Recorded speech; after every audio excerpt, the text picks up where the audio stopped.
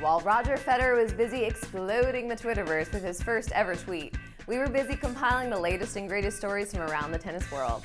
Hey tennis fans, I'm Blair Henley and welcome to the Tennis Now News Update. Yes, Roger Federer made his big Twitter debut Thursday by posting a self-taken picture, otherwise known as a selfie, along with the words, "A little bluebird told me that the place to be is at Twitter, so here I am." In less than one day, Federer amassed nearly 200,000 followers and counting, setting an athlete record for followers gained per minute. And it's a good thing. Federer has a lot of catching up to do, with Rafa's followers totaling 4.3 million. As of right now, Roger is following the 4 Grand Slams and the ATP World Tour. The French Open draws were released early Friday morning, and it appears Novak Djokovic has drawn the short straw. And by short straw, I mean he has the most dangerous 3 seed of all time in his half. Nadal will meet Djokovic in the semis, assuming they both make it there. Roger Federer, on the other hand, who assumed the number 2 seed when Andy Murray pulled out due to a back injury, has Jo Willie Tsonga in his quarter and David Ferrer in his half. On the women's side, Serena Williams' half includes Sara Errani and Agnieszka Radwanska, while Maria Sharapova could possibly face Victoria Azarenka in the semis.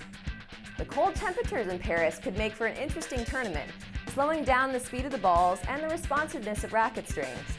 The forecast indicates highs in the upper 50s and low 60s, with lows dipping into the 40s.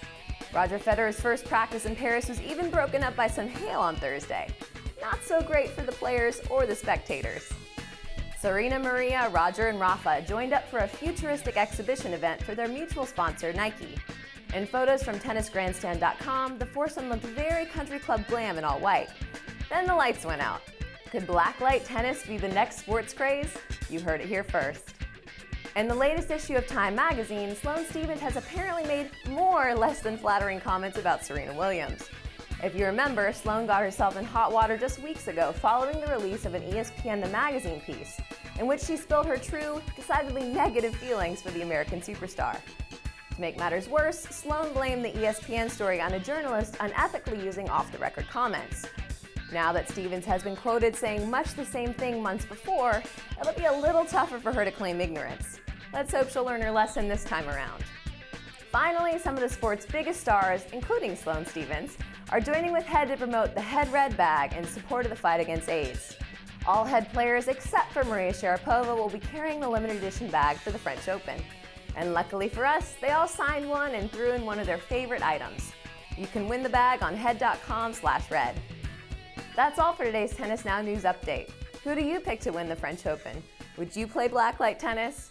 Are you following Roger yet? Let us know your thoughts on Facebook and Twitter or in the comment section below. We'll see you next time here on Tennis Now.